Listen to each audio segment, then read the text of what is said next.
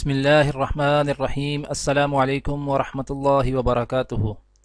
آج ہم رسول اکرم صلی اللہ علیہ وآلہ وسلم کی ان الشرک لظلم عظیم کے متعلق ایک حدیث بیان کریں گے انشاءاللہ۔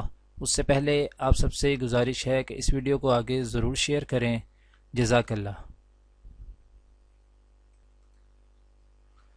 حضرت عبداللہ بن مسعود رضی اللہ تعالی عنہ بیان کرتے ہیں کہ جب سورۃ الانعام کی یہ آیت الذین آمنوا ولم یلبسوا ایمانہم بظلم اتری، جو لوگ ایمان لائے اور انہوں نے ایمان کو گناہ سے آلود نہیں کیا یعنی ظلم سے، تو نبی کریم صلی اللہ علیہ وآلہ وسلم کے صحابہ کو بہت گراں گزری۔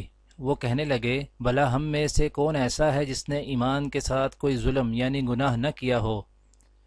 تو نبی کریم صلی اللہ علیہ وآلہ وسلم نے فرمایا کہ اس آیت میں ظلم سے گناہ مراد نہیں ہے بلکہ شرک مراد ہے۔ کیا تم نے لقمان علیہ السلام کا قول نہیں سنا؟ ان الشرک لظلم عظیم، شرک بڑا ظلم ہے۔ دعا ہے کہ اللہ تعالی دنیا اور آخرت کی تمام بھلائیاں عطا کرے، عمل کی توفیق دے اور شرک جیسے بڑے ظلم سے ہم سب کو اپنی پناہ میں رکھے۔ سبحان ربک رب العزت عما یصفون وسلام علی المرسلین والحمد للہ رب العالمین، آمین۔